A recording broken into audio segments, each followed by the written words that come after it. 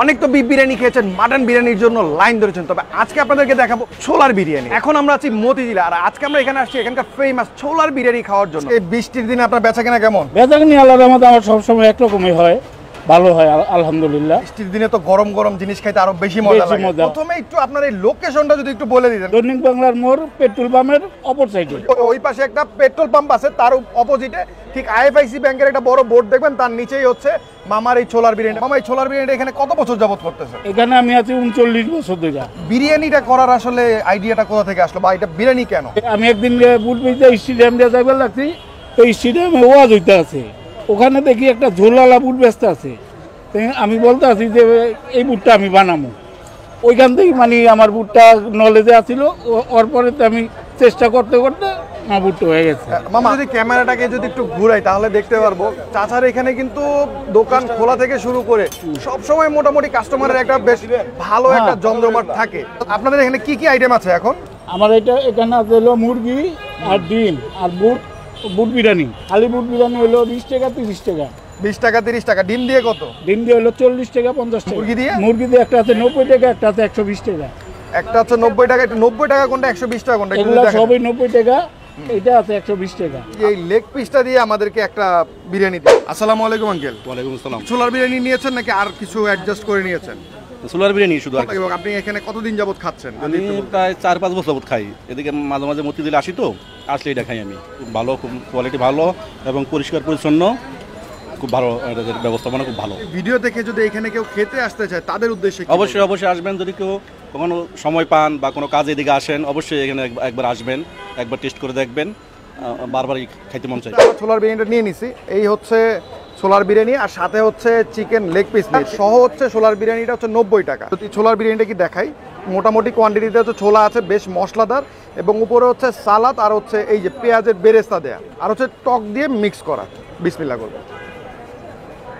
সবসময় রান্না করার কারণে ছোলাটা বেশ পরিমাণ নরম হয়েছে, এবং ওনার টক আর উনি যেই মশলাগুলো ইউজ করছে, মশলার একটা ভালো ফ্লেভার মুখে লাগতেছে। উপরে যে পেঁয়াজ বেরেস্তা দিয়ে দিচ্ছে, এই পেঁয়াজ বেরেস্তা ক্রিস্পিনেসটা বেশ ভালো দাঁতে লাগতেছে। আমার কাছে সবচেয়ে বেশি ভালো লাগছে সেটা হচ্ছে ছোলার সফটনেসটা। সবসময় রান্না করার কারণে, মানে রান্নার উপরে থাকার কারণে ছোলাটা বেশ নরম হয়েছে। আমার মনে হয় না যে এইরকম মশলাদার ছোলা ঢাকা শহরে আপনি আর কোথাও পাবেন। এবার চিকেনটাকে একটু ট্রাই করি। চিকেনটা যদি দেখাই, চিকেনটাও কিন্তু বেশ ভালো মশলাদার, তবে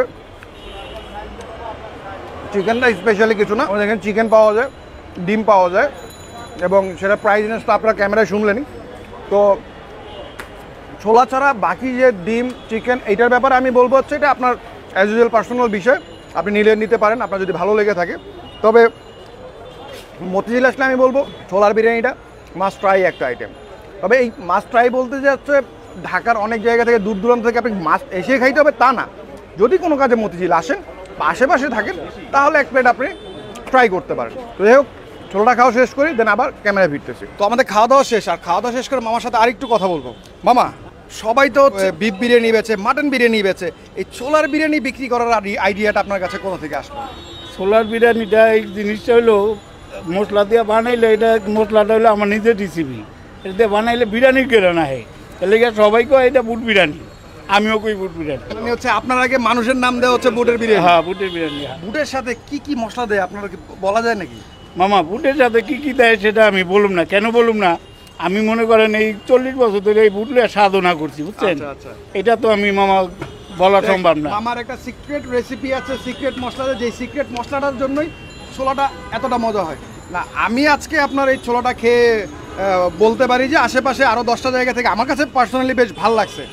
তো ওই জন্যই আসলে আপনার এই জাদুটা আসলে জিজ্ঞেস করা, ছোলার জাদুটাকে। কারণ আমি পার্সোনালি হচ্ছে ছোলা লাভার। বাইরে বেরোইলে যারা হচ্ছে ফুটপাতে ছোলা বিক্রি করে, সেখান থেকে আমি প্রায় সময় খাই।